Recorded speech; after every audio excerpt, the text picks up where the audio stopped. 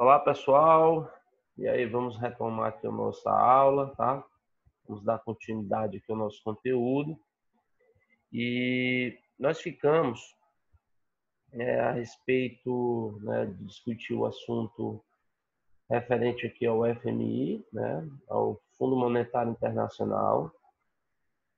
Então, dando continuidade a esse processo, o que a gente precisa observar, né? Então, dentro das instituições, né, que nós temos, né, com relação ao Banco Mundial, a gente citou aqui 5 instituições que formam, né, o Banco Mundial, e agora a gente vai falar do FMI, considerando que nós temos aí, né, dentro do sistema financeiro internacional, 3 pilares, né, o Banco Mundial, né, o Fundo Monetário Internacional, que é o FMI, e os bancos centrais de cada país. Então, no vídeo passado a gente falou sobre o Banco Mundial, vamos falar agora do FMI, beleza? Então vamos lá.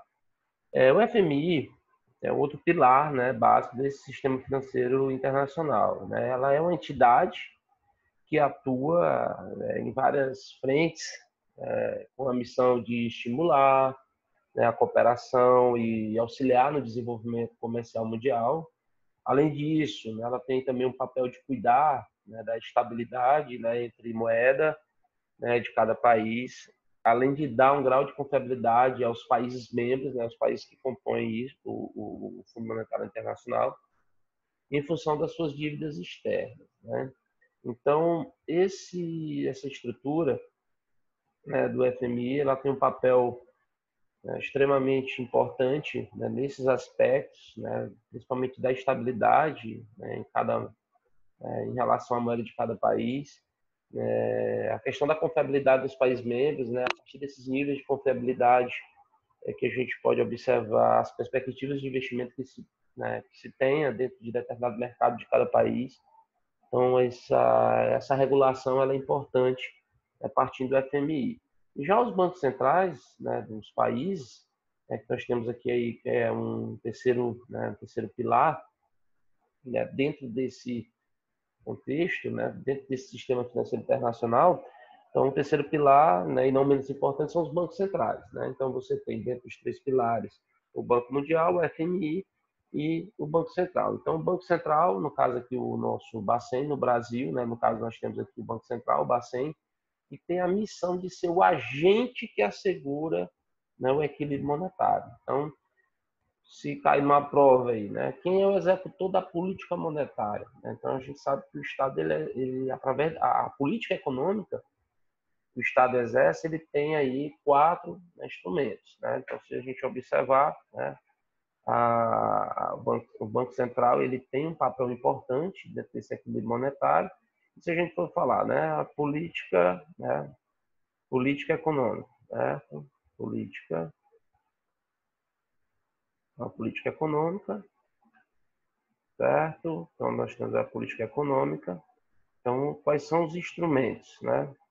Então, quais são os principais instrumentos, né, que o Estado utiliza para, né, executar sua política econômica? Então, vamos lá. Nós temos a política monetária, política fiscal, política externa, né, e a política de renda. A política externa e a política de renda.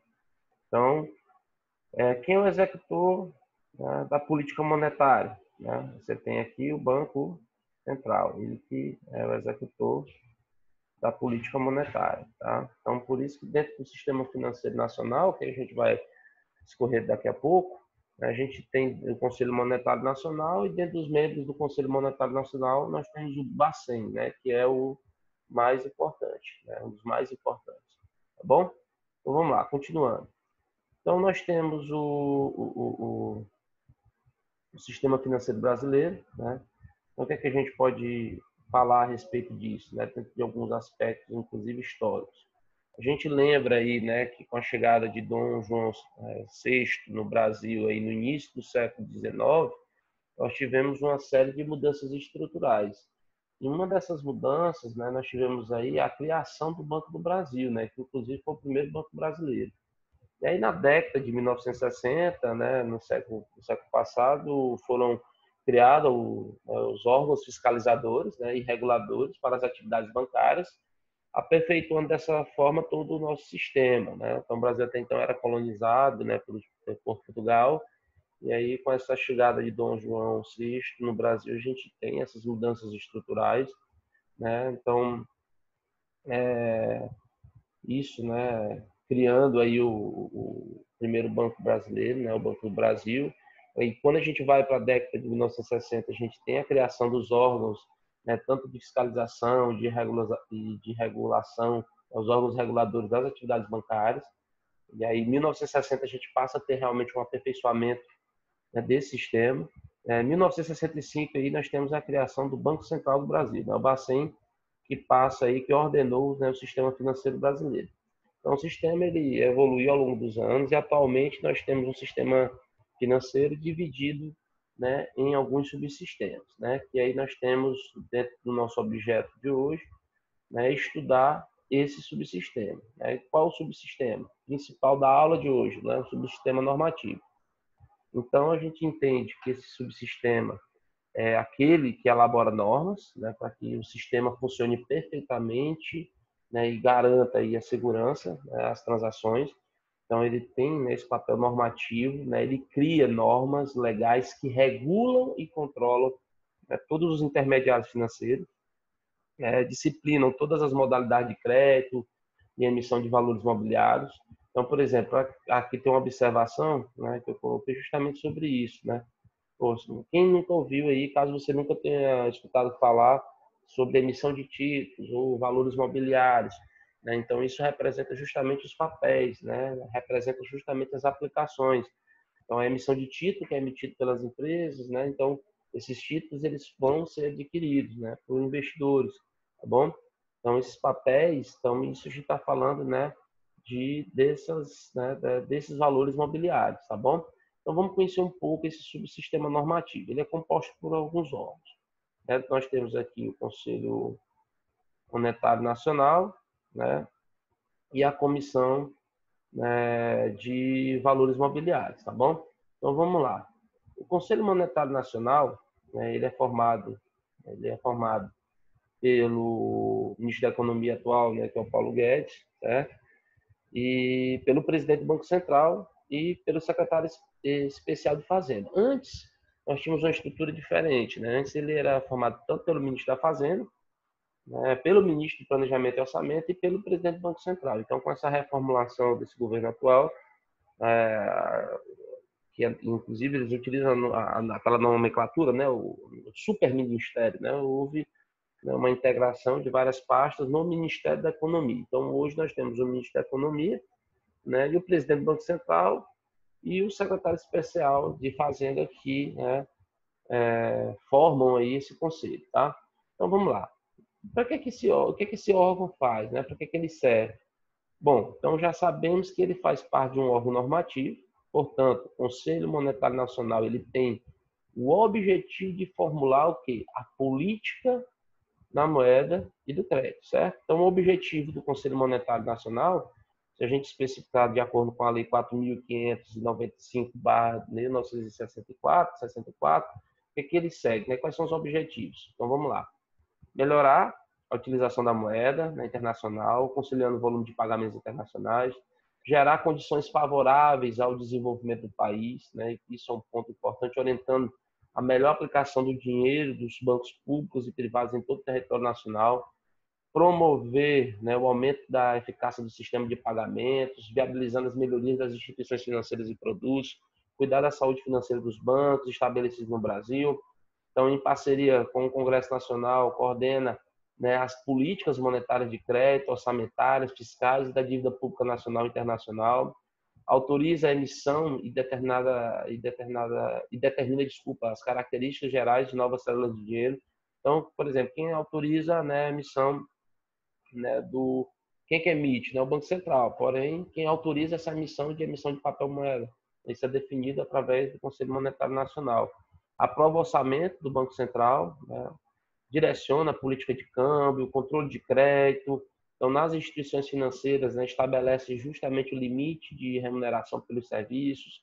Então, o Banco Central, gente, ele tem, né, como já foi citado anteriormente, ele tem a missão de ser o quê? O agente que assegura o equilíbrio, né, monetário. Então, a gente pode considerar ele como um órgão intermediário entre o Conselho Monetário Nacional e as instituições financeiras, né? Então, esse Banco Central ele está ali, né? Ele é o órgão intermediador. Então, ele vai intermediar aquilo que é estabelecido, as diretrizes, né? Aquilo que é estabelecido em termos de normas através do Conselho Monetário Nacional, ele vai intermediar isso junto às instituições financeiras. Então, pois é ele que vai justamente o quê? Cumprir e verificar o cumprimento das normas do Conselho, né? Pelas instituições financeiras. Então, o que é que a gente considera até de uma forma informal? É que o Bacen ele é o banco dos bancos, né? O Banco Central ele é o banco dos bancos. E aí nós temos, né, também um CVM, que é a Comissão de Valores Mobiliários, que está ligado ao mercado de capitais. Este órgão ele tem uma função disciplinar, né, fiscalização e de auxílio, né, na expansão do mercado de valores mobiliários, tá bom? O CVM também, gente, ele auxilia bastante as empresas no processo de captação. Então, por exemplo, processo de abertura de capital, né? Onde é que ocorre todo o processo de supervisão e de regulamentação daquela abertura de capital. É uma empresa que vai fazer na listagem em bolsa de valores, né? Que nós chamamos inclusive esse processo de IPO, né? O IPO, né? Oferta pública inicial. Então, o conselho, né? A Comissão de Valores Mobiliários, ela tem esse papel, né? Ela auxilia as empresas a se capitalizarem, ou seja, conseguir o capital necessário para a implantação de seus projetos de desenvolvimento. Então, a gente vai, inclusive, ter uma aula futura que a gente vai falar do processo de abertura de capital, né, como é que ele acontece, quais são as vantagens e possíveis, né, desvantagens, podem contra-argumentadas do processo de abertura de capital, tá bom? Ele auxilia a estrutura jurídica também, que permite aos investidores comprarem parte do capital dessas empresas que necessitam de recursos para aplicação em seus projetos, evitando, por outro lado, os empréstimos bancários, né? Então, ele possui uma estrutura jurídica que permite que os investidores possam comprar parte do capital dessas empresas que, né, lançam suas ações para possíveis investidores, né? Então, ele tem esse papel também, né, de estrutura jurídica, tá? Então, por exemplo, já imaginou pegar suas economias, deixar na mão de uma empresa que promete muita coisa, né, a um retorno favorável, né? Então, quem é que vai garantir, né, o retorno do seu dinheiro? O retorno é bom, mas e o risco? Então, assim, sempre que você encontrar ofertas, né, meio que atrativas, né, de garantia de um retorno certo, desconfie. Até porque, né, não quero nem citar nome, não vou falar nome de algumas operações, né? Então, tome cuidado, certo? Com empresas aí que se oferecem nesse tipo de mercado e que, inclusive, não são regulamentadas por quem, né? Então, tem que ter cuidado, tá bom, gente? Só, eu não vou citar nomes, tá bom? Ok? Então, a CVM, gente, ela não, né, garantirá retorno do dinheiro. Porém, seus objetivos vão ao encontro de garantir que as informações das empresas sejam verdadeiras e dignas, né, de que você acredite nelas. Então, tem esse papel realmente de fiscalização, de fazer todo um processo de auditoria para verificar se aquelas empresas que estão abrindo capital, elas possuem realmente aí, né, uma informação verídica sobre suas operações.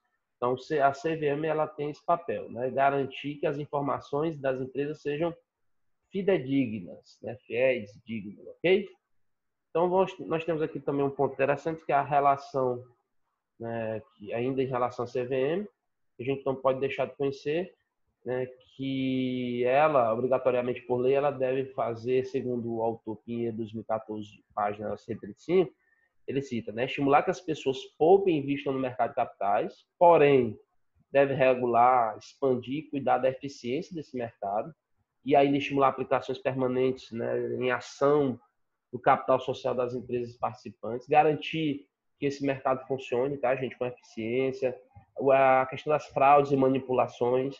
Então, ela vai evitar, né, ela vai buscar realmente um órgão que tem esse papel de fiscalização, de operação, né, dentro das atividades do sistema financeiro, né, de acompanhar mesmo, né, se o mercado de capitais está funcionando de acordo com as leis de oferta e demanda, se há, né, pessoas mal intencionadas, né, que podem criar situações que não correspondem à realidade.